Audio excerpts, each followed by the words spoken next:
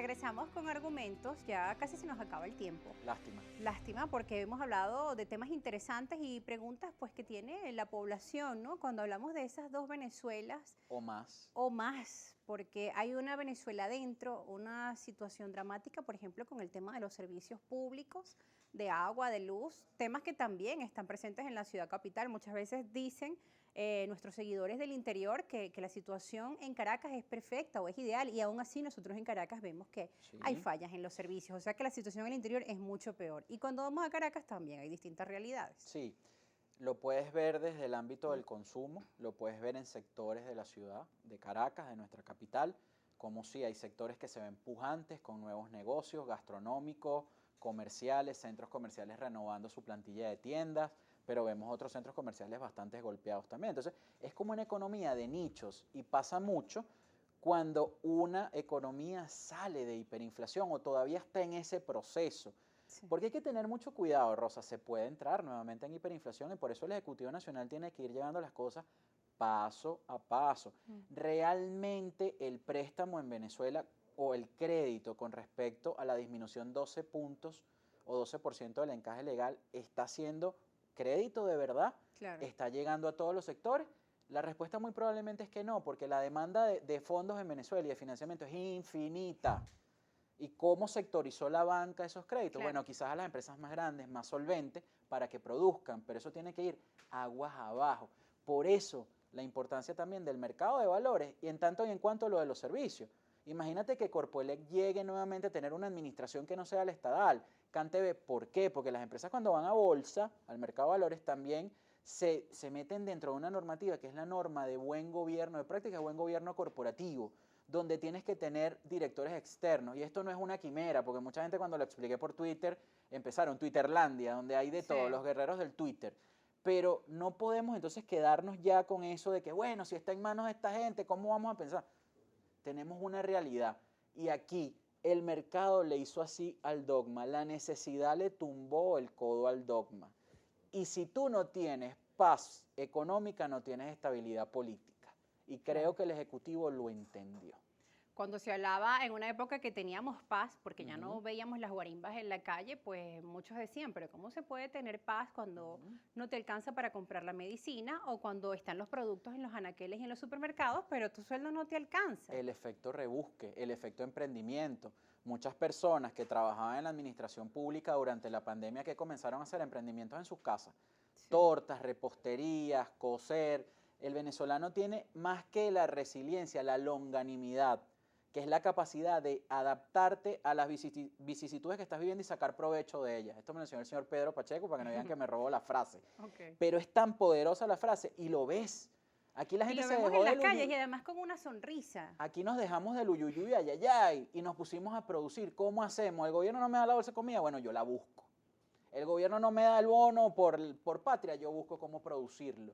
Y lo ves, Y hay que tomar esos elementos positivos que nos dejan total. momentos de crisis. Como lo dijiste antes de irnos al corte, el COVID dejó al rey desnudo. Y no solo en Venezuela, porque los países que se decían desarrollados, ¿cómo es de asimétrico su sistema sanitario? Claro. Obviamente en Venezuela nosotros nos metieron ese chip que éramos un país rico. No éramos un país ni somos un país rico, somos un país rico en recursos, pero tenemos que preparar a todos nuestros ciudadanos, hasta nuestro capital humano, para poder explotar y hacernos ricos con eso que tenemos generalmente debajo de la tierra y no muy abajo.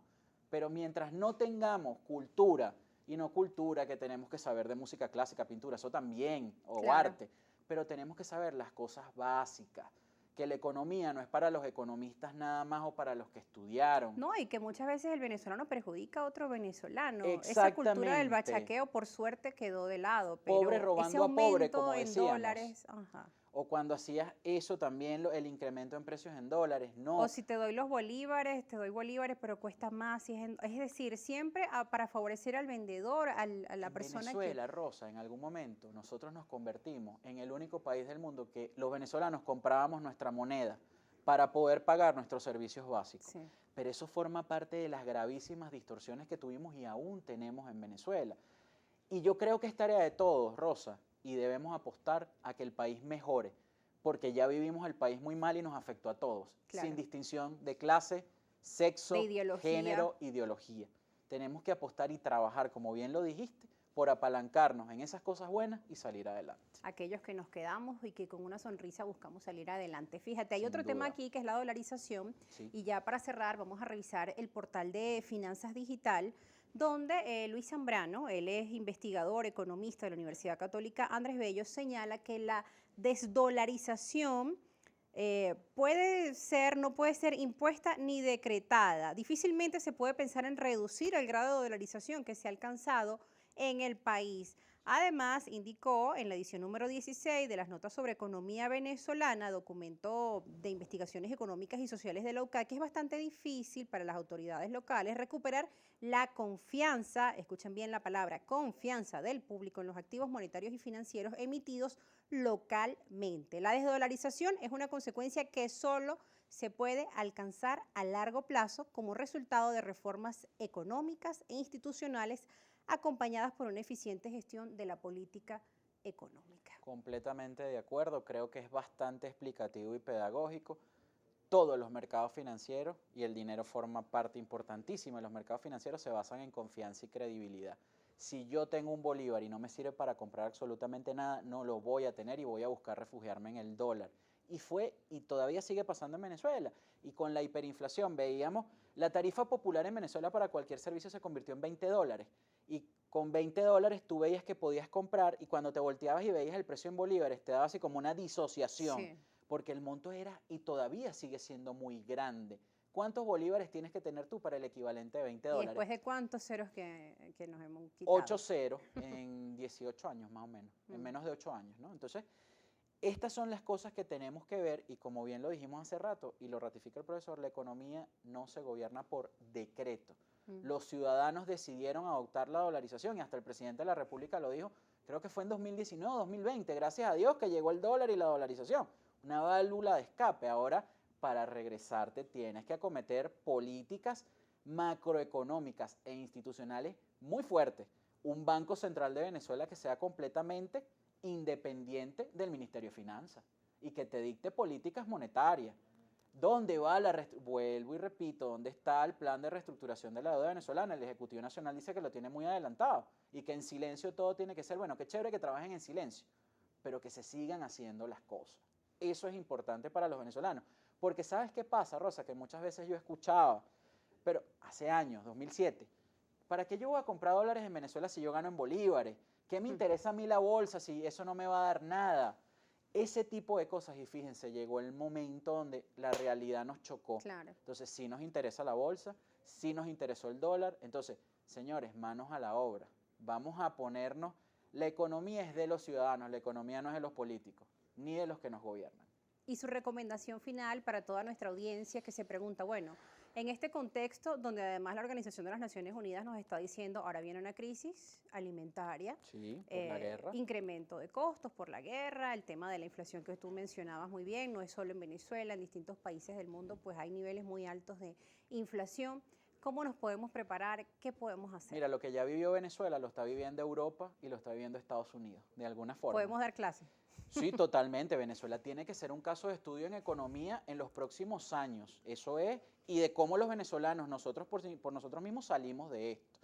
El tema está en que cualquier recomendación, señores, hay que tratar de organizar nuestras finanzas. Y puede sonar esto muy chocante y muy filantrópico, muy comeflor, pero ¿podemos ser inversores? Sí, porque en este momento cualquiera tiene $1 en el bolsillo.